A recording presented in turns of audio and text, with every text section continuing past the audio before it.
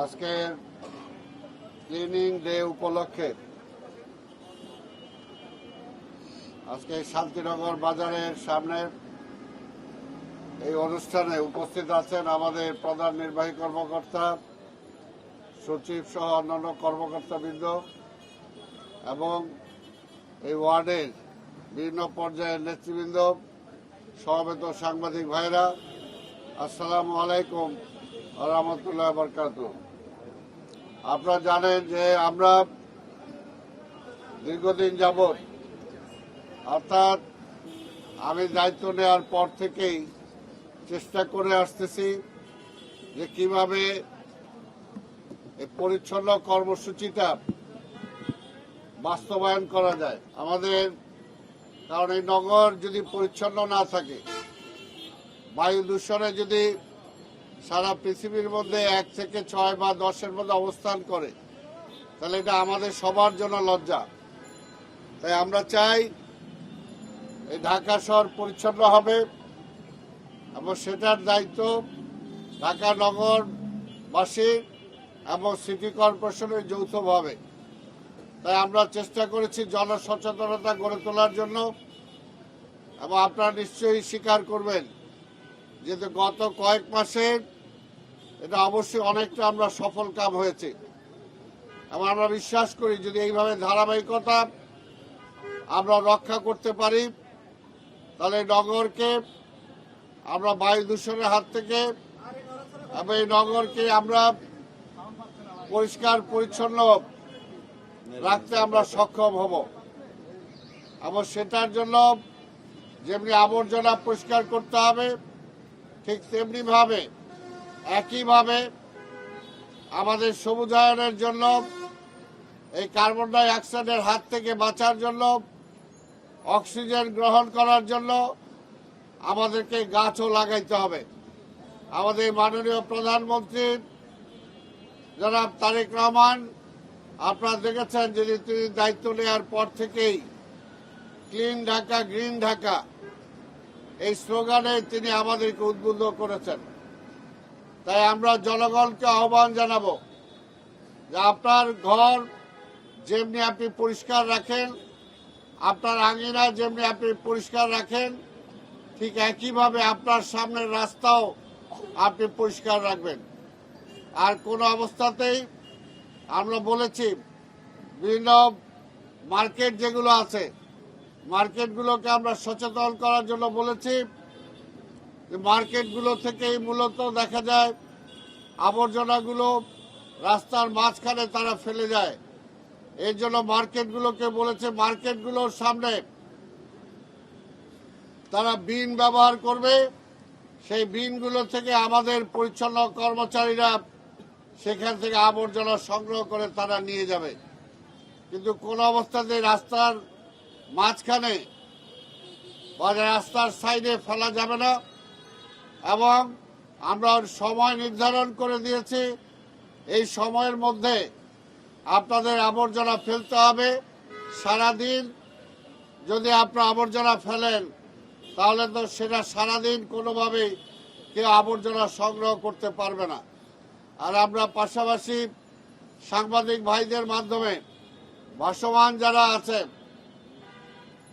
পথচারী যারা আছে, হকার যারা আছে, তাদেরও দৃষ্টি আকর্ষণ করব। ঢাকা শহরে আজকে হকার বিভিন্ন জায়গায় তারা বসছে, বিভিন্ন জায়গায় ব্যবসা প্রতিষ্ঠান তারা করছে, কিন্তু তাদের আশেপাশে তারা যেভাবে পরিষ্কার রাখার সেটা তারা পরিষ্কার রাখছে না। তাদের ব্যবসা হয়ে যাওয়ার পরে আবর্জনাযুক্ত সেই এলাকাটা ফেলে তারা চলে যাচ্ছে। তাদেরকেও বলেছি যে সেই আবর্জনাগুলো একটা জায়গায় তাদেরকে সংরক্ষণ করতে হবে, নাহলে আশেপাশে যেখানে আবর্জনা ফেলার জায়গা আছে সেখানে তাদের সেই আবর্জনা ফেলতে হবে। সেখান থেকে আমাদের আবর্জনা, আমাদের পরিচ্ছন্ন যে কর্মী আছে তারা সেখান থেকে সেটা সংগ্রহ করবে। আজকে আপনাদের সাংবাদিক ভাইদের মাধ্যমে আমি আরেকটি ঘোষণা দিতে চাই, যেটা ইতিমধ্যে আমি দিয়েছি কিছুটা, পরিষ্কারভাবে আবার আজকে বলতে চাই। বাসা বাড়ি থেকে আমাদের যে সমস্ত যাদেরকে কন্ট্রাক্ট দেওয়া হয়েছে যারা টেন্ডার নিয়েছেন এখন পর্যন্ত বিভিন্ন জায়গায় কমপ্লেন আসছে যে অনেক জায়গা থেকে তারা নিয়মিত আবর্জনা পরিষ্কার করছেন না।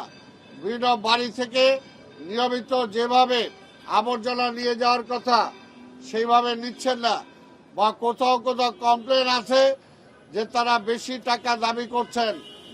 আমি পরিষ্কার বলে দিতে চাই এবং সাংবাদিক ভাই সহ জনগণকেও বলতে চাই, যদি আমরা দেখি যে আমাদের এই সিস্টেমটা ওয়ার্ক করছে না, তারা জবরদস্তি করছে, তারা নিয়মিত নিচ্ছে না, তাহলে আগামী টেন্ডার আমরা এইভাবে এই প্রসেসে আমরা কোনো টেন্ডার করব না এবং আগামীতে এই ধরনের তাদেরকে আমরা টেন্ডার দিব না। প্রয়োজনে আমরা নতুন ভিন্ন কোনো মাত্রায় আমরা আবর্জনা সংগ্রহ করার জন্য আমরা চেষ্টা করব। কাজে এখনো সময় আছে, তারা যদি সংশোধিত হয়, জনগণ যদি আমাদেরকে বলে যে তাদের সার্ভিসে জনগণ সন্তুষ্ট, তাহলে আমরা সেটা বজায় রাখবো, আর তা না হলে এটা আমরাকে বাতিল করে দিতে বাধ্য হব। আমি আপনাদের মাধ্যমে এটা যাতে প্রচার পায় এবং সবার কানে যায় সেটার জন্য আমি আপনাদেরকে অনুরোধ করব। আমি আর বক্তব্য দীর্ঘায়িত না করে আমি আবার আজকে যে আমাদের মাসিক প্রথম সপ্তাহের শনিবার ক্লিনিং ডে এটা আমরা ঘোষণা করেছি। আমরা আশা করি ঢাকা মহানগরীর প্রতিটা নাগরিক একদিনের জন্য হলেও আপনার রাস্তায় নেমে আসবেন, আপনার আবাসিক স্থল আপনি পরিষ্কার করবেন, আপনার মার্কেট পরিষ্কার করবেন, আপনার ব্যবসা প্রতিষ্ঠান পরিষ্কার করবেন। অন্তত মাসে একদিন যদি নিরবিচ্ছিন্নভাবে সব জায়গা পরিষ্কার করা যায় তাহলে দেখা যাবে এটা একটা বিশাল একটা প্রভাব পড়বে।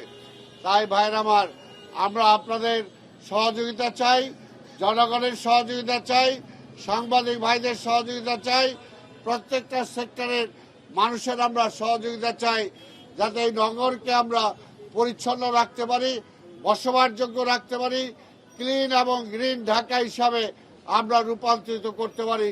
সেটার জন্য আমি আপনাদের সবার সহযোগিতা চাই। ডেঙ্গুর ব্যাপারে দেখেছেন যে আমরা ডেঙ্গু শুরু হওয়ার আগে আমরা জরিপ করেছি বিভিন্ন ওয়ার্ডগুলোতে, এবং সেই সময় আমরা জনগণকে বলেছি যে 100-এর মধ্যে 60% বাড়িতে আমরা ডেঙ্গু লার্ভা পেয়েছি।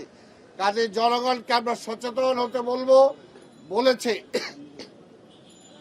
কোনোভাবেই যাতে 3 দিনের বেশি কোনো বাড়িতে পানি জমে না থাকে, ড্রেনের পানি জমে না থাকে। আমরা নগর থেকে চেষ্টা করছি, পাশাপাশি আরেকটা নতুন ঔষধ আমরা দেওয়ার জন্য চেষ্টা করছি, ট্যাবলেট।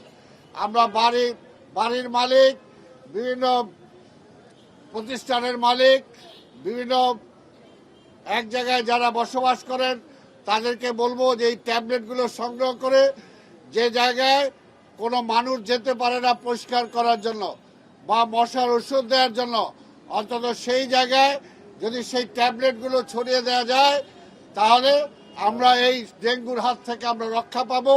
এবং এই ব্যাপারেও সবার বাড়িতে তো আমরা যে ওষুধ দিতে পারবো না, সেটার জন্য সবার বাড়িওয়ালাদেরকে আমরা অনুরোধ করব, আপনারা নিজেরা আমাদের কাছ থেকে, বা আমরা তাদেরকে অনুরোধ করেছি বাজারে যাতে ওষুধ পাওয়া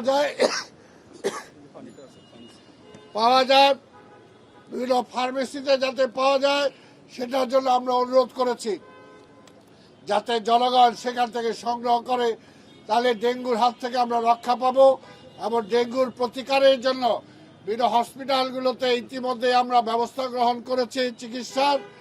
আমরা আশা করি চিকিৎসায় যাওয়ার আগেই আমরা যদি প্রিকশনটা নিতে পারি যাতে আমরা অসুস্থ না হই। ধন্যবাদ। আর কারো কিছু? আমরা আশা করি আপনাদের সবার সহযোগিতায় আমরা আবার আগামী মাসে দেখবো ইনশাল্লাহ আমরা অনেক পরিষ্কার পরিচ্ছন্ন হতে পেরেছি। আপনাদের সবাইকে ধন্যবাদ।